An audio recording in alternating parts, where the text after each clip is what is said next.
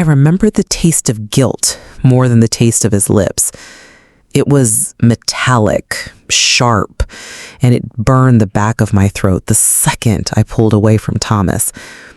His hands were still trembling against mine, his breath hot with a hunger that had no right to exist. My wedding ring felt heavier than it ever had, digging into my skin like a blade. In that single stolen moment, 17 years of vows collapsed into dust. When I looked into his eyes, I did not see love. I saw fire, danger, and a mirror that reflected the loneliness I had been drowning in for years. My husband, Louis, was only a few miles away, probably sipping his coffee and flipping through the paper like always. He had no idea that his wife was losing herself in a betrayal that would change everything. That was the moment I crossed the line. And from that night on, Louis never looked at me the same. He stopped being my husband. He became a stranger. But how did it come to this? And why did I let it happen? Before I go deeper, I want to pause for a moment. To all my returning viewers, thank you so much for sticking with me through these intense stories. You are the heartbeat that keeps this channel alive. To my new viewers, welcome. I cannot wait for you to hit that subscribe button because it is the fuel and energy that keeps me sharing these raw, unfiltered confessions.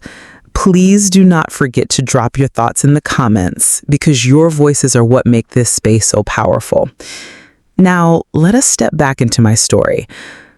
My name is Victoria. I'm 55 years old, and for 17 years I shared a life, a home, and what I thought was unshakable love with my husband, Louis. He is 58, a man of quiet discipline, steady routines, and a heart that used to burn for me, but somewhere along the line turned cold. We built a life together in Minnesota, a modest but comfortable home, 2 children who were already grown and gone, and a marriage that looked perfect from the outside. But inside, the walls of our relationship had started to rot.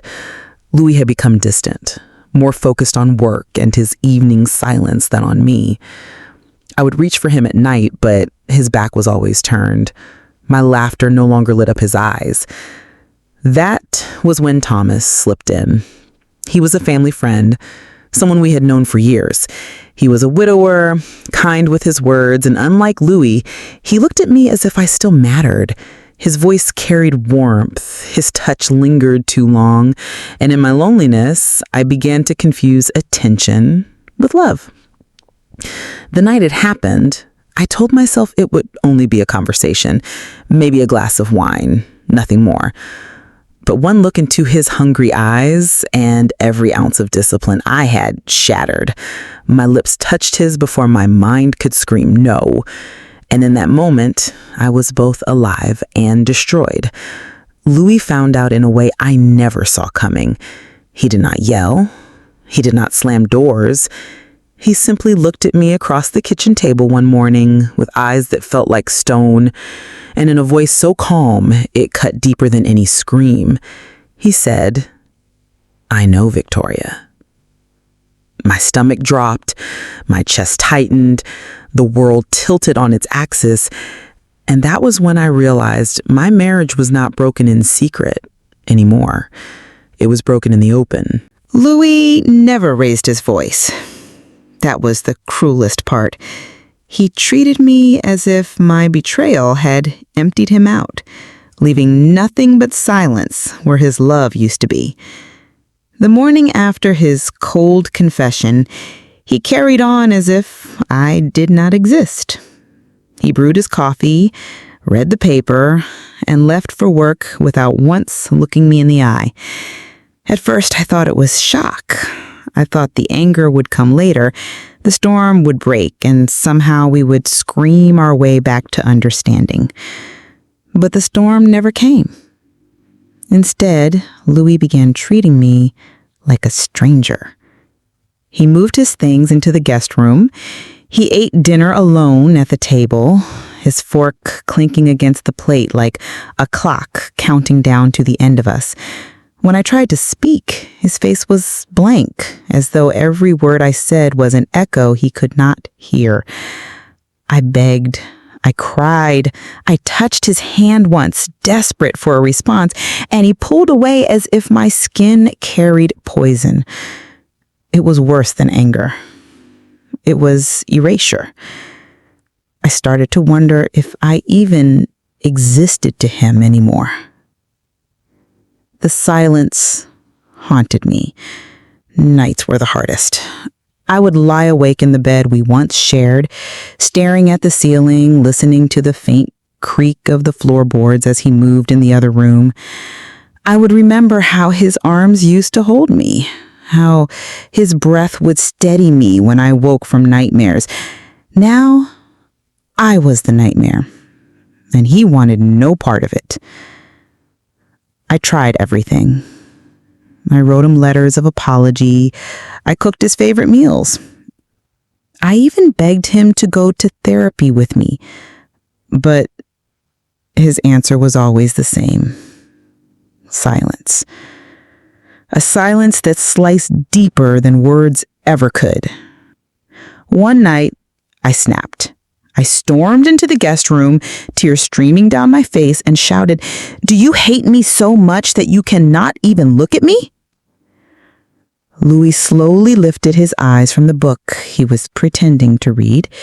His voice was calm, steady, but laced with something I had not expected. "I do not hate you, Victoria. Hate takes too much passion. What you did killed the part of me that cared." Those words froze me. I realized he was not just hurt. He was gone. But then he said something that turned my blood to ice. "You talk about betrayal as if it is yours alone. Do you really believe you were the only one keeping secrets in this marriage?" My knees buckled. I clutched the door frame, my heart pounding so hard I could not breathe. His eyes, stone cold, unblinking, told me he was not bluffing.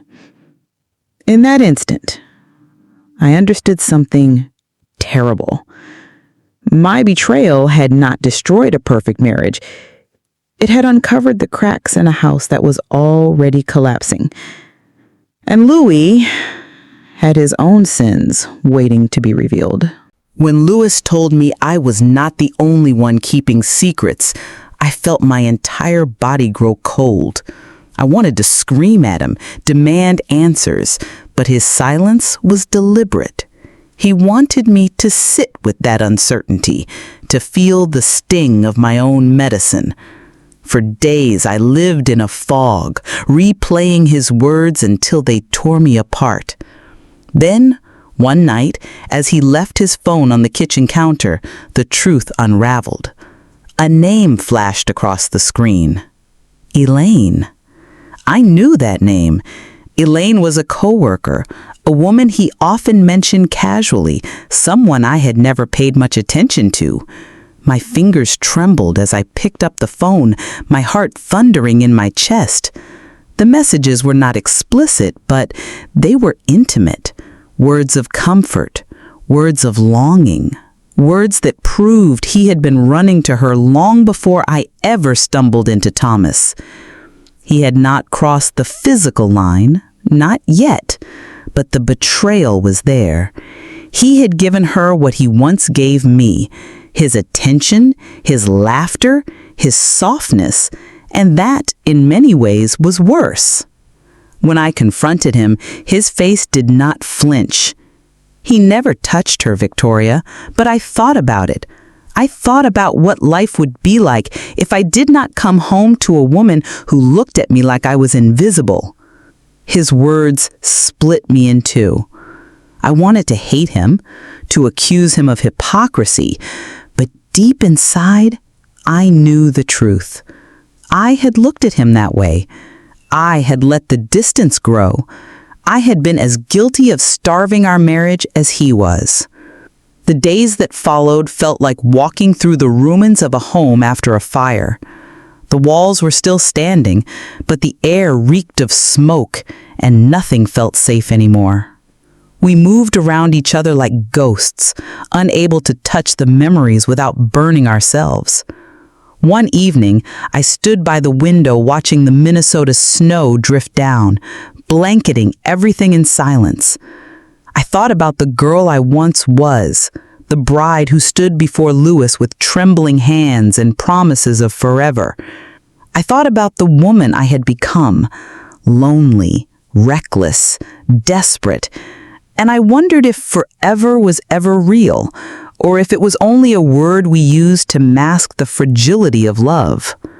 Lewis and I still live under the same roof, but he is no longer my husband. He is a shadow of the man I loved, and I am a shadow of the woman he once adored. We coexist, bound by years, by children, by history, but the intimacy is gone. The trust is dead. And now, every time I look at him, I see a stranger. If there is one thing I have learned, it is this: desire can destroy faster than fire. And once trust turns to ash, no amount of tears can rebuild it. Betrayal is not a single act. It is a disease that spreads until nothing is left untouched. So here I am, 55 years old, left with a lesson carved into my heart. Love without effort becomes distance. Distance becomes temptation. Temptation becomes betrayal. And betrayal becomes a life sentence of regret. Thank you for listening to my story. Please let me know your thoughts in the comments, because I want to hear your voices. Do not forget to like, share, and subscribe. It keeps this channel alive and helps us continue sharing these raw and unfiltered truths.